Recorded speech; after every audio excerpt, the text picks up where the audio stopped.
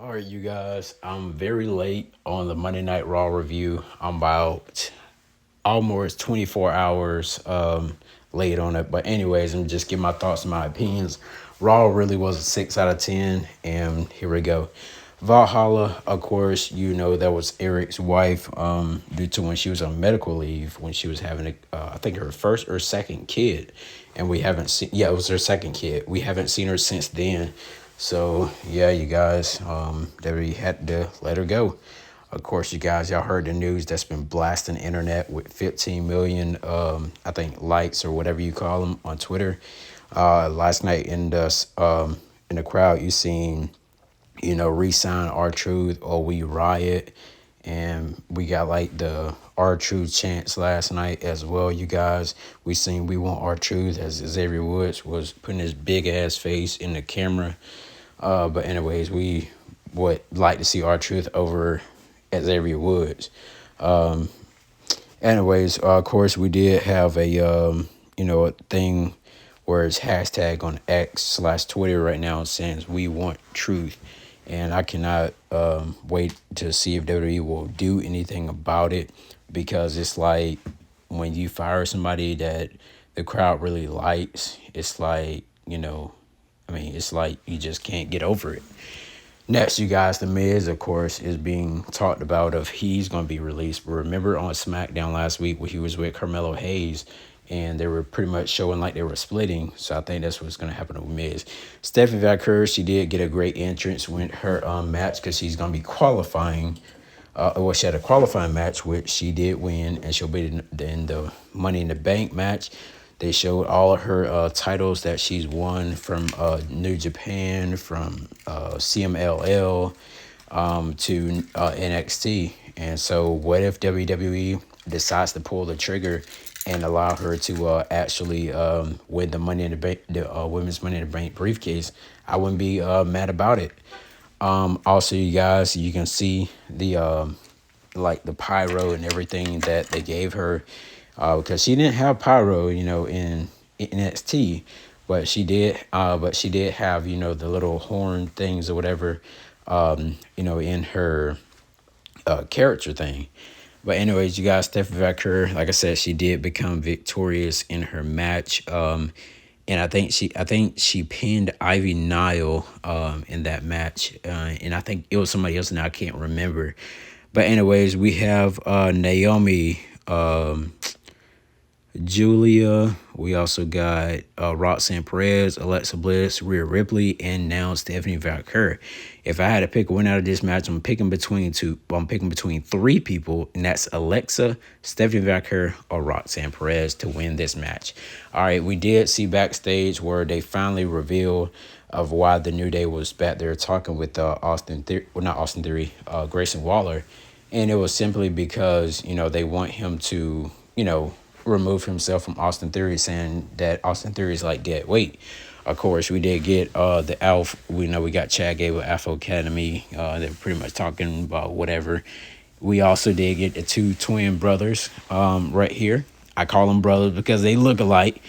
And they had like a cool little entrance. The entrance song was actually played when Finn Balor returned at the Royal Rumble this year, and he had like a new theme. It was actually pretty cool, but it's just sad to see Finn Balor lose lose matches or whatever, and they allowed him to actually win tonight with the help of Roxanne Perez, and JD McDonough is still not behind, Roxanne Perez trying to kick Liv out and trying to take over Judgment Day pretty much. Of course, we seen Liv Morgan and Roxanne Perez and Raquel pretty much have like a face-to-face thing, telling her to stay away, Liv Morgan telling Roxanne to stay away from her.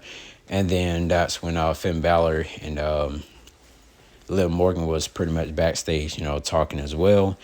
Of course, we see the women, we, of course, also see where Io Sky back there, the women's world champion, she was out there talking, and she was came out there to be in support for her friend, Kairi Sane. Kairi Sane did end up beating Liv Morgan with the insane elbow, and it was that's pretty cool.